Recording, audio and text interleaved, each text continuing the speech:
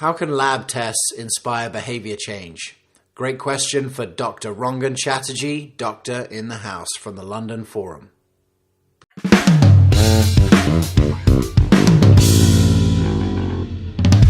The British Medical Journal, which James spoke so highly about, and I'm a big fan of the British Medical Journal, one of the most prestigious medical journals in the world, and I think one of the most progressive journals in the world. They reviewed my show.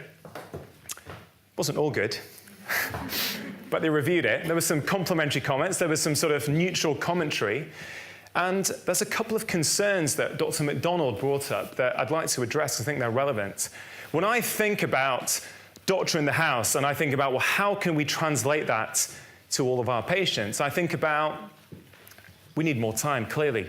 I think about our education system, but I also think about behavioral change. How do we engage our patients in behavioral change? Because a lot of what we're asking them to do revolves around that. So her criticism is this: the extra time seems to increase the amount of testing. The Guardian suggests that a functioning body is a treasure trove of burgeoning disease and worrying statistics if you run enough tests on it. Several of the tests raise my eyebrow. Cortisol sputum tests for stress, really? A scan to demonstrate visceral fat in obesity, what does that change? Well, I'll tell you what that changes. The first thing to say is that this was a TV show, okay? I need to think of ways not only to help the family, but I need to think of visual aids that are going to help educate the public. But then, if you follow that through, if it helps to educate the public, why is it not good to help educate the patient? Those two tests, I'm telling you, with those patients were critical in engaging them in the behavioral change that I asked them to do. Sandeep, he was the chap I spoke to you about with established diabetes, okay? We did a DEXA scan to show him his visceral fat. When I told him his blood sugar control was horrendous and that he was at risk of early death, yeah, he heard it, but it didn't have that much impact for him. When we went for our DEXA scan and he saw how much of his internal organs were covered in visceral fat, that scared him and that engaged him in change. How much is a DEXA scan? Commercially, £100 in the UK. It's about $150. Given the results we got with him, I would argue that that was money very well spent. His partner, on the other hand, Priti, she was a menopausal lady.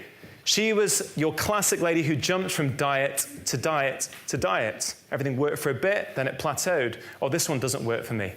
This one doesn't work for me. After I spent a bit of time with her, I identified that actually I think stress was actually driving her sleep problems, her weight problems, her menopausal problems. And I told her that, and she paid lip service to me. Said, yeah, I think, I am very stressed.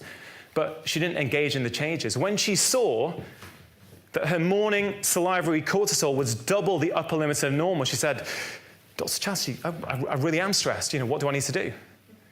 So I would argue that it was a very useful test. I think that test is about £60 commercially. It's a cheap test. And I actually wonder, like Dr. McDonald, I'm a big fan of her Too Much Medicine campaign. I really support it.